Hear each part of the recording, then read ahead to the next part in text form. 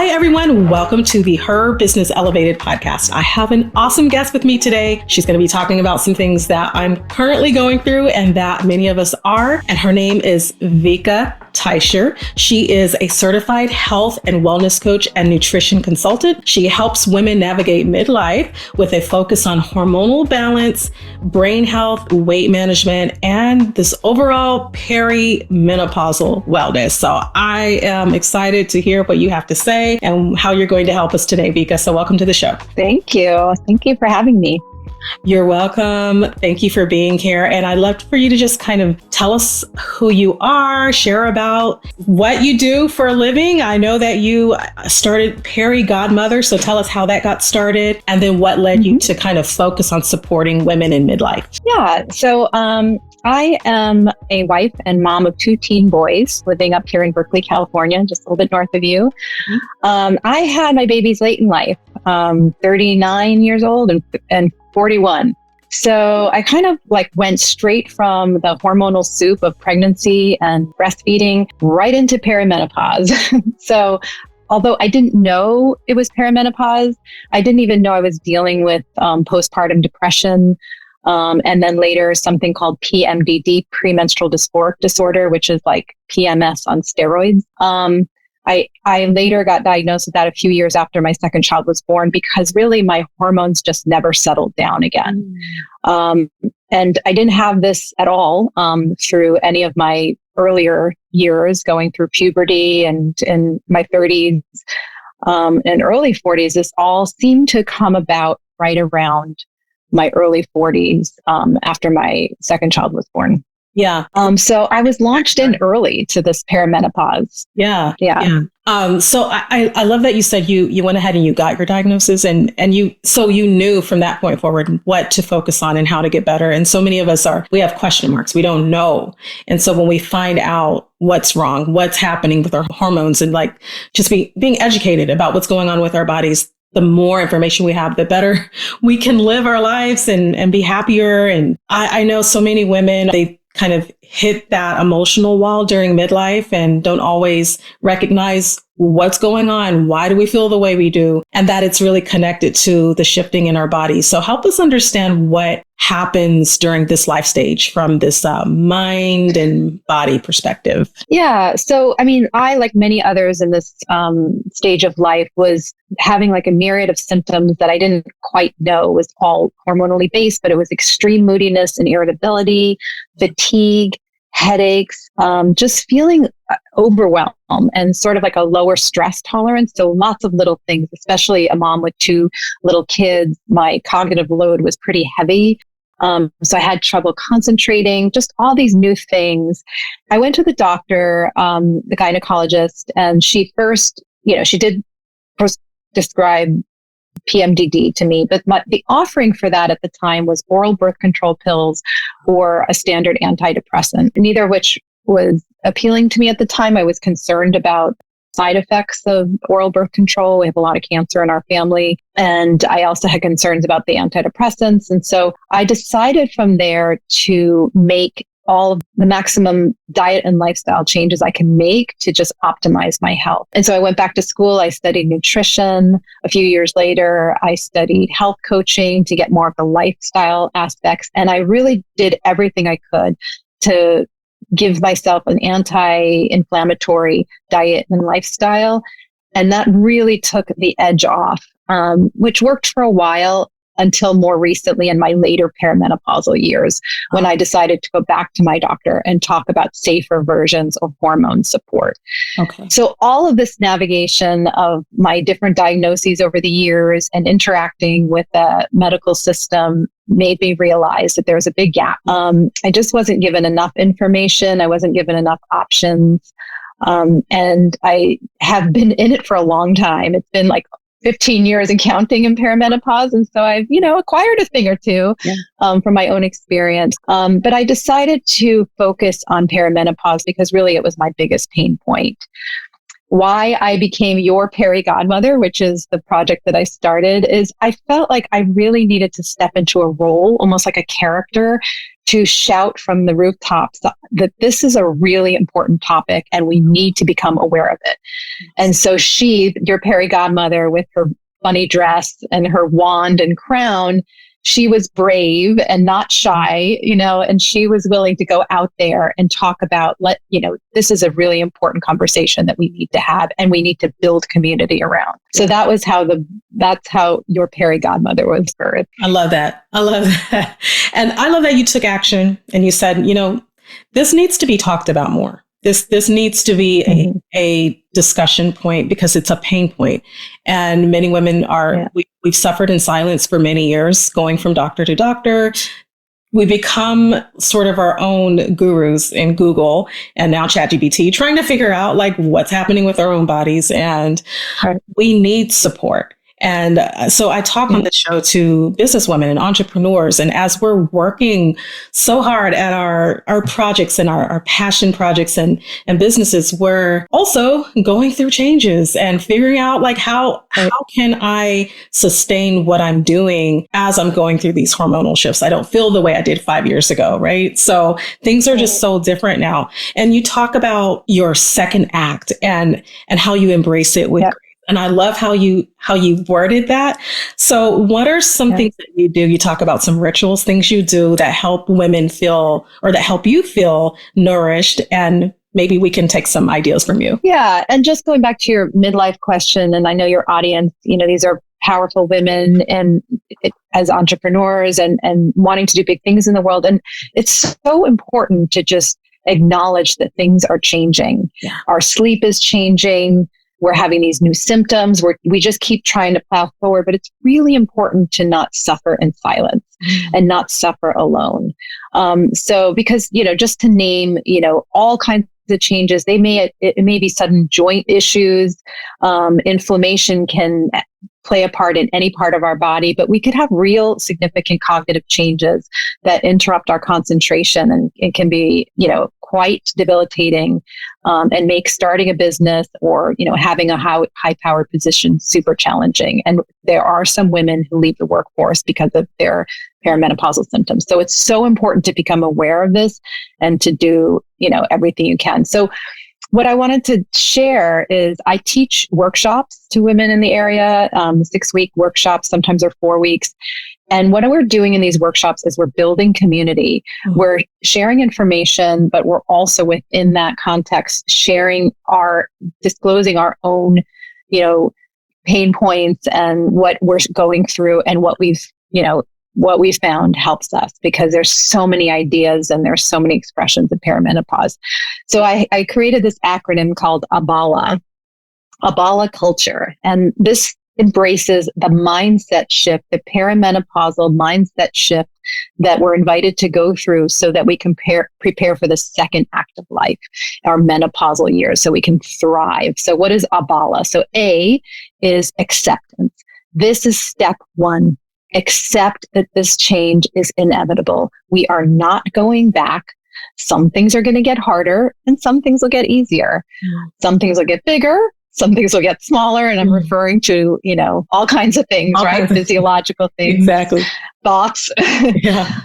Some relationships might deepen. Some might end, so turning the tables on acceptance instead of working so hard to get others to accept us, or working so hard to try to go back in time. So number one thing, B, ABALA. B is for belonging.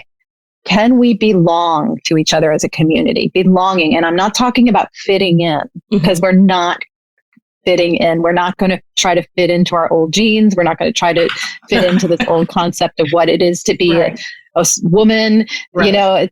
We are not going back. And so belonging is bringing our whole self, our honest, authentic self, even as with our bodies changing, even if we have brain fog and we can't remember why we step into the room, we find ways to laugh at that, but we're honest with each other. And this is where real relationships start, right? And I think we have to lean into some of our friendships that we may have kept in the periphery, perhaps, and really lean in and realize that it's not just our primary relationships, but belonging can go a long way. And then the L in ABALA is for liberation. It's freedom. So this is kind of abstract maybe, but like it's freedom from the years of being under the influence of these reproductive hormones. Yeah. Which, make us kind of accept a lot of things sometimes that maybe aren't so great to accept. And when those start to wane, as they do in perimenopause, that's what happens in perimenopause. Our reproductive hormones start to decline and eventually flatten out. They actually aren't just evenly declining. They're going up and down, which is part of why it's so challenging. But eventually they start to flatten out and we almost come back to our essential selves. Yeah. We're not under the influence of these the influence of hormones can really keep us saying yes when we should be saying no. Let's just leave it there. That's interesting. Yeah, that's true. And then the last A, I added at the end, it's like allowing. So can we, it's different from accepting. Can we allow an expansiveness? Can we allow a range of emotions? Can we allow self-care focus, especially as caretakers? Sometimes that could be really tough to allow ourselves to really care for ourselves, to think about our sleep and prioritize it, to take the time maybe to cook sometimes nutritious food, to take a break, to take a pause in the day, just to give ourselves rest. Can we allow that? Our bodies need more rest right now, need more pause, and then allowing new interests to evolve. We're changing. Our brain is changing. We might have a really good idea that we couldn't have access to before. Most entrepreneurs, women over 50, start businesses at a higher rate than any other group. And I just find that fascinating. And so there are new ideas that will emerge. Can we embrace the new ideas and reclaim parts of ourselves that we may have let go in our reproductive years? So that's the way I go about it. Creating an ABALA culture that we can belong to each other and really rise as a group, Yeah. I love that ABALA. I'm going to be thinking about that. I took some notes as you were talking because the first A and the last A really stand out to me. Everything in between is good and it's needful. Those two stood out because it's accepting that this is where we are, right? That acceptance is a big piece of it because a lot of times we're pushing back and we don't want to. Like, no, I was here for all these years and how is this shift happening and how do I transition easily into this next phase? So that part, and then the last part, just allowing the new things to arise to the surface, the new interests, and I think that's so freeing and liberating, right? So I love this. Thank you for just giving us this visual and this acronym to remember that we can enter this with grace. And also, you mentioned diet. So let me just ask you a little bit about that. As the anti-inflammatory, you said that you use this diet it's part of your lifestyle, I guess. And so kind of share some of the benefits of anti-inflammatory lifestyle and eating for women. Yeah, I mean, anti-inflammatory eating and lifestyle is probably beneficial for everyone at any stage of life, but it's especially important when we start to lose our reproductive hormones like estrogen that has a protective effect on all parts of every organ, every cell in our body. It has a protective, and so does progesterone. Those are the two main reproductive hormones that are in decline. And so it's just more important than ever to, if we keep creating inflammation in our body through food, like highly processed foods, sugars, lots of extra chemicals and additives and things like that. I mean, people have varying degrees of sensitivity to that, but the more that we can lean on our whole foods, real food, plant, mostly plant-based, but also it's okay to have animal protein that can be consumed in a very healthy way. And the healthier the animal, the better. That can all be part of an anti-inflammatory diet. It's mostly giving our body the nutrients it really needs and refraining from all of the extra stuff, especially the sugars, alcohol, and things that our body might see as toxic and may feel like it needs to get inflamed and fight against. Our body is already dealing with a fluctuation of hormones that's already stressful on our bodies and on our minds. And so if we can just give it a break and give it as nutrient dense food as we can possibly manage, we're giving it a chance to kind of cool down. And I want to mention a big thing on sugar. As much as tempting as it can be in those hard times, sugar can be inflammatory. And if we can level out our sugar and just have, not be eating a bunch of sweets all the time, or and having full nutritious meals, that can go a long way towards mood stability and sleep as well. So that's really an investment into our holistic well-being by just eating the foods that our body actually needs, not so much what it desires, because when we're stressed, the first thing we want is that sugar, right? But that produces that sort of domino effect, right? And then we're craving more. We're craving more. And like you said, it creates an inflammation where our body's fighting, and we have enough going on. So thank you for explaining that, making it kind of like, it's clear to me, right? That our bodies are already in too much. There's too much going on, and eating healthy. Yeah, there's already chaos in the system, and so we just want to cool it all down. Yeah, and make sure that we have the absolute essentials: enough protein, enough fiber, lots of vegetables, lots of like colorful, low glycemic fruit is ideal.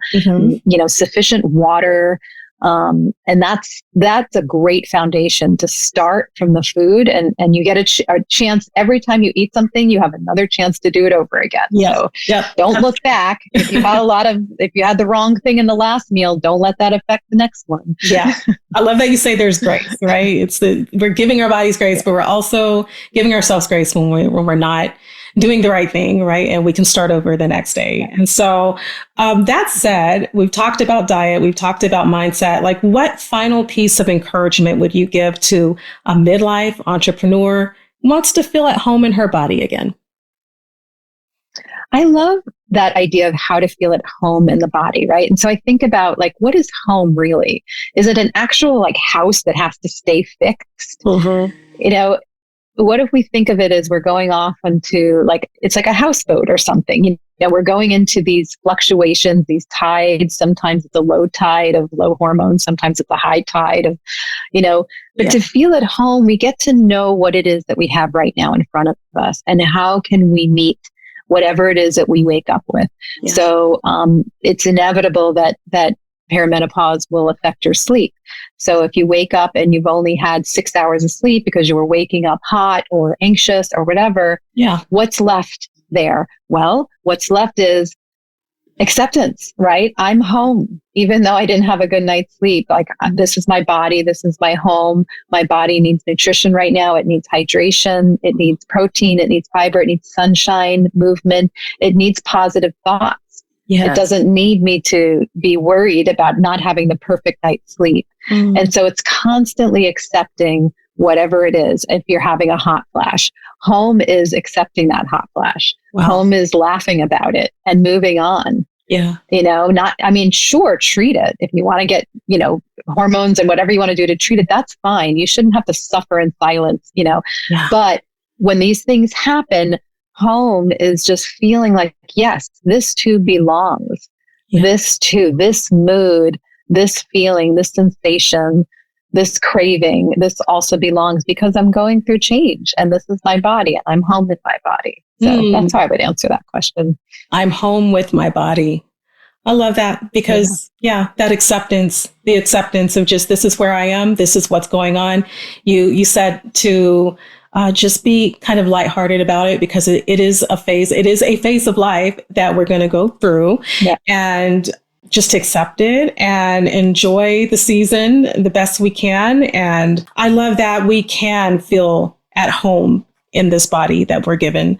So actually, I want you to tell us anything that's going on with your programs, or how our audience can learn more about your Peri Godmother and how to connect with you, because I'm sure many of us want to get this kind of help. So how do we get in touch with you? Yeah. So And I just one last thing. I just want to really stress the importance of relationships and connection. Yeah. And so reach out to your community, start talking about this with your friends, laugh about it, share what's helping, share where you're struggling. Please don't go through this alone. Right? There's no need for us to suffer alone. And even just connecting with others. What I find in my workshop, when people start talking and connecting, they are expressing literally that their symptoms are starting to recede. And they haven't even changed anything necessarily. Wow. So just keep that in mind. Let's not go through this alone. Let's do this together. Yeah. So if you want to find out more about me, it's really everything is Your Peri Godmother, and it's it's PERI. That's in perimenopause. Your Peri Godmother on Instagram, on YouTube. And that's my website. If you want to sign up for a free consultation with me, you can make it that appointment on my website. And just make sure you're in communication and in relationship with your practitioners as well, whether that's your provider, your doctor, your health coach, your nutritionist. Make sure you're in that partnership, you're in that equal relationship, because that connection and that relationship will make all the difference to you healing and feeling better through this time. That's encouraging, because that means we need to find those health practitioners that are in alignment with what we're doing and how we see ourselves and what we need. So I love that you said stay in community, and that our moods will even be enhanced just from having that community. So all of this is so good, and it's going to help us as we are building our businesses. We need this kind of support, and just sometimes step back and just remember that it's okay to celebrate where we are mentally, emotionally, physically. And if we are struggling, if we are having a hard time, then find the help we need and get the support we need so that we can continue building what we're building. So thank you so much. And I appreciate you. Yes. Thank you. I appreciate you too. This was delightful.